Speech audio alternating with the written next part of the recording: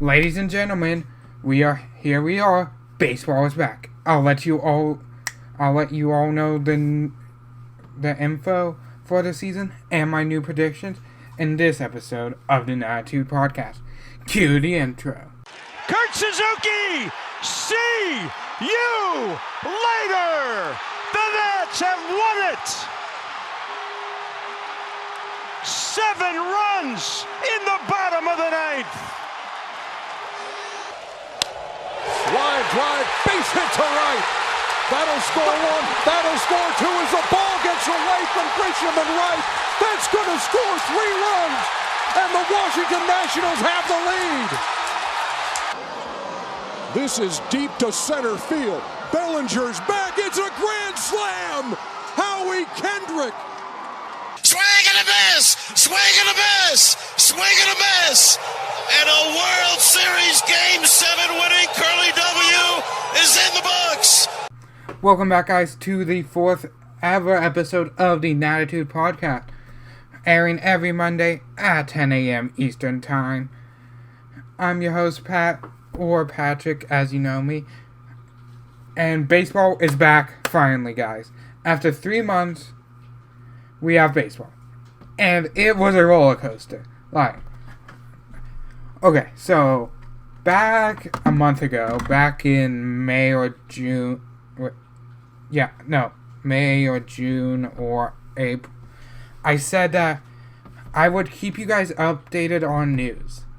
And there was new news every single day, basically going MLB, like, hey, we're going to propose this schedule, and we're not going to give you full pay. And then the MLBPA is like, you promised full pay, so we'll give you this amount of games we want to play, plus full pay.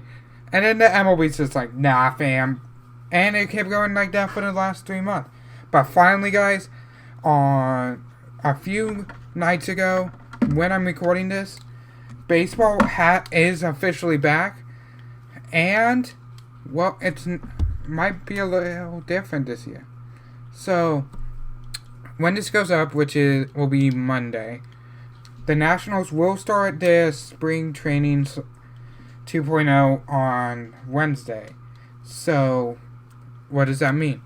Well, that means baseball is back in the district, and our first opponent of the season will be the New York Yankees. So, I will get into that later on in the podcast, and when it gets closer to game day, I will make a whole podcast episode with predictions and stuff, and then there won't be as many spring training games, so I won't have a full spring training review like I did before. But yeah, here are the new rules they have in play since the whole COVID thing happening. So there'll be a 60-game schedule in 66 games starting around July 23rd and 24th, with spring training 2.0 / summer training being able to start July 1st or Wednesday. All teams playing will be in their respective city, so will be playing and training in their respective city. So Nationals, DC, Orioles, Baltimore, Boston, Red Sox, Boston, so on and so forth. And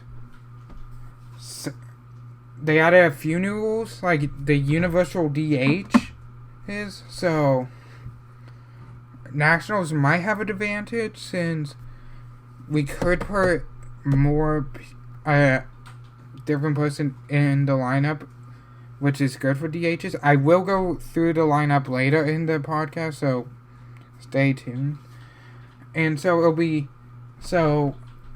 the teams will play in their respective zones, so East versus the East. So Nationals, it would be Red Sox, Yankees, Orioles, Blue Jays, Mets, Phillies, Marlins, Braves. To cut down on travel because COVID and stuff, they'll play 40 games against their division rivals and 20 against other one. other teams. So 20 against Red Sox, Orioles, Yankees, and Blue Jays. So probably 3-game series is with all of them. I'm just so happy that baseball's back. Like, guys, I have been dying since all sports got canceled. Like, I have not had anything to yell at in the last few months. It's been crazy. So I can finally yell at the ump when they call Turner out when he's obviously safe and almost won the World Series. Alright. I know that's in the past, guys, but he was safe. It was obvious he was safe. He was in the base path, and I am not going to get into that. So, they also have a taxi squad, which they can bring players up and down like the minors, but it'll be like for any team to use. So instead of having Fredericksburg Nationals for only the Nationals, the Braves could pick someone up from this taxi squad and bring them up for like a game or two. If one of the players gets hurt, bring him back down, and then another person could use him. And so it's kind of like that. Trade deadline is now August 31st, which I don't expect that many trades this year because you would have to travel places to get trades. So I don't expect that many trades. Maybe like 2 or 3 block, like little trades just for stuff. But yeah, since professional baseball is back, it could pave a way for more North American sports to come back. I know the NHL was the first one to implement stuff, so like boom, we have NHL July 10th, and all the professional sports coming back in July is a good sign for us reopening. Well, for the US. Now,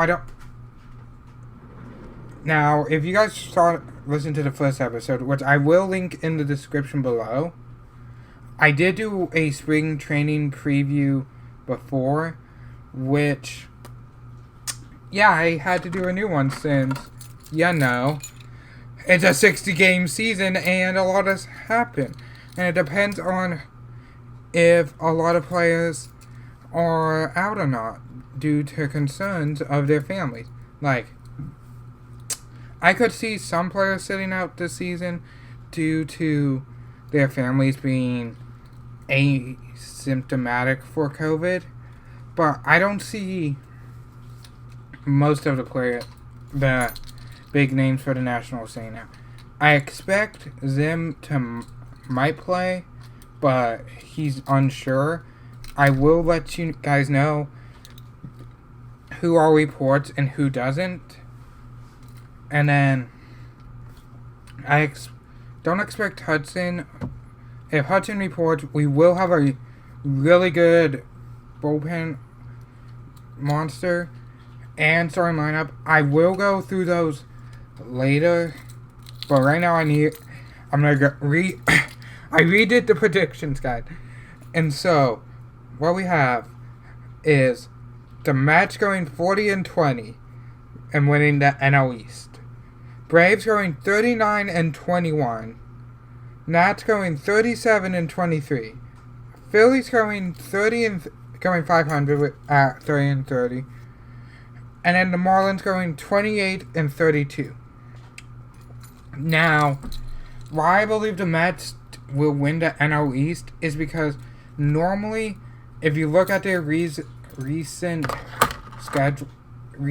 trends, they have a big win rate in their first 60 games and then just fall off.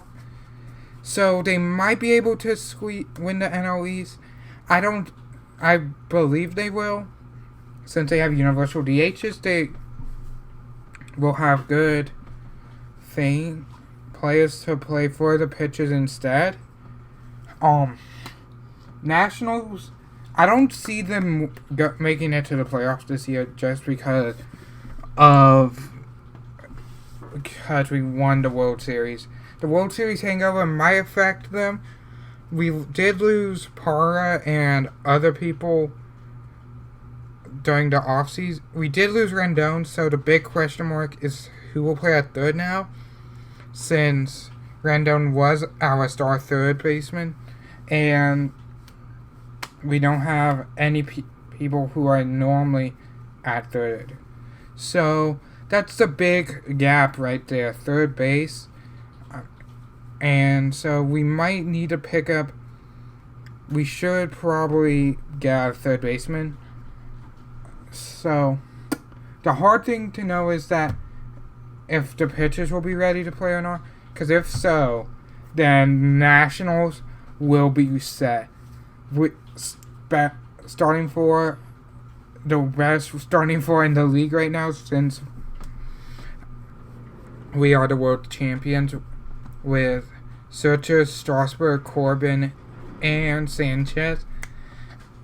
The only thing is we don't have a fifth reliable pitcher. Joe Ross did look good, but he can only go 5 innings or so. And then we have Voth, who filled in last season, who could do well. We also have Fetty, who could also fill in for the fifth pitcher, but we won't know until that comes up. But if they can go a full 6 innings, you bring in Will Harris, who will be in this year because he's all healed and stuff. So you bring him in, strike out the 7th, bring in Dew, go through the 8th with him, bring in Hudson, 9th, shut out. We win these games. If they can only go 4 to 5, that's when it gets a little shaky, because you might need to use more relievers. If Martinez does what he did during the World Series and just keeps going and not changing pitches every 5 or so pitches, we will be good. We should be good for the bullpen. As for the starting lineup, I don't know. This was a hard one, and then I'm just like, why don't we just stick with the lineup that we had during the World Series? That worked out. And the only thing is, we don't have Rendon filling in at third, so we would need someone else filling in that position in the starting lineup. But anyways, so I expect them to run the same lineup they did in the World Series last year, since that worked out really well. But yeah,